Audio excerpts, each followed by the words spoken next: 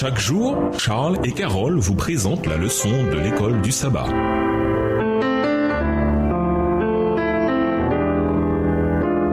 Bienvenue dans votre émission Dieu nous parle. Nous voilà à la leçon de jeudi, d'en bas. Jusqu'à présent, nous avons vu dans notre étude de Jean que l'évangéliste montre comment Jésus est bien le Messie promis, le grand espoir que le peuple juif attendait. Pourtant, parmi les chefs religieux, les guides spirituels du peuple, beaucoup comptèrent parmi ses plus grands ennemis. Pourquoi? Lisons Jean 8, les versets 12 à 30.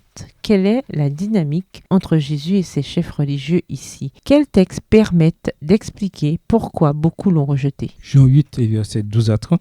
Jésus leur parla de nouveau et dit: Je suis la lumière du monde. Celui qui me suit ne marchera pas dans les ténèbres, mais il aura la lumière de la vie. Là-dessus, les pharisiens lui dirent: Tu rends témoignage de toi-même. Ton témoignage n'est pas vrai. Jésus leur répondit: Quoi que je rende témoignage de moi-même, mon témoignage est vrai, car je sais d'où je suis venu et où je vais. Mais vous ne savez d'où je viens ni où je vais. Vous jugez selon la chair. Moi, je ne juge personne. Et si le juge de mon jugement est vrai, car je ne suis pas seul, mais le Père qui m'a envoyé est avec moi. Il est écrit dans votre loi que le témoignage de deux hommes est vrai. Je rends témoignage de moi-même, et le Père qui m'a envoyé rend témoignage de moi. Ils lui dirent donc: Où est ton Père? Jésus répondit: Vous ne connaissez ni moi ni mon Père. Si vous me connaissiez, vous connaîtriez aussi mon Père. Jésus dit ces paroles enseignant dans le temple, au lieu où était le trésor, et personne ne le saisit parce que son heure n'était pas encore venue. Verset 21, Jésus leur dit encore: Je m'en vais, et vous me chercherez, et vous mourrez dans votre péché. Vous ne pouvez venir où je vais. Sur quoi les Juifs dirent: Se tuera-t-il lui-même puisqu'il dit: Vous ne pouvez venir où je vais? Et il leur dit: Vous êtes d'en bas, moi je suis d'en haut. Vous êtes de ce monde, moi je ne suis pas de ce monde. C'est pourquoi je vous ai dit que vous mourrez dans vos péchés. Car si vous ne croyez pas ce que je suis, vous mourrez dans vos péchés. Qui es-tu? Lui dirent-ils. Jésus leur répondit: Ce que je vous dis dès le commencement. Verset 26. J'ai beaucoup de choses à dire de vous et à juger en vous, mais celui qui m'a envoyé est vrai, et ce que j'ai entendu de lui, je le dis au monde. Ils ne comprirent point qu'il leur parlait du Père. Jésus donc leur dit: Quand vous aurez élevé le Fils de l'homme, alors vous connaîtrez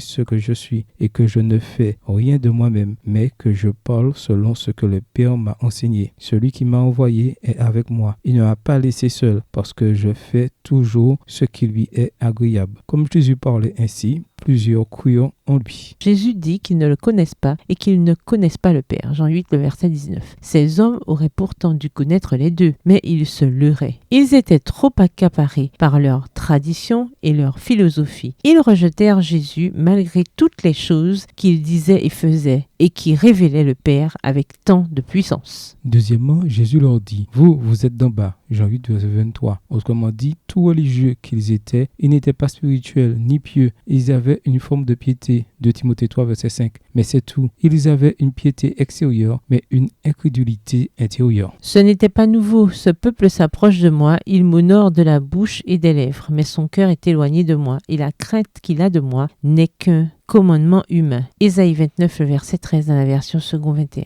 Des siècles plus tard, Jésus rappelle cette même idée quand il dit: C'est en vain qu'ils me rendent un culte, eux qui enseignent comme doctrine des commandements humains. Marc 7, le verset 7. Leur enseignement humain, leur commandement humain était de ce monde. Jean 8, le verset 23. Et comme Jésus l'a dit: Je ne suis pas de ce monde. Jean 8, le verset 23. Ils ne se contentaient pas de se leurrer. Pire encore, ils induisaient aussi les autres en erreur. Pourtant, chose intéressante, Jean écrit qu'après l'échange d'écrits dans ces versets, beaucoup crurent en lui. Jean 8, le verset 30, dans la version second 21. Ainsi, malgré un leadership défaillant, beaucoup de Juifs purent dépasser cela et voir par eux-mêmes qui était Jésus. Quelle leçon peut-on tirer de l'échange entre Jésus et les chefs religieux? Comment être d'en haut et non d'en bas? Comment faire la différence entre les deux?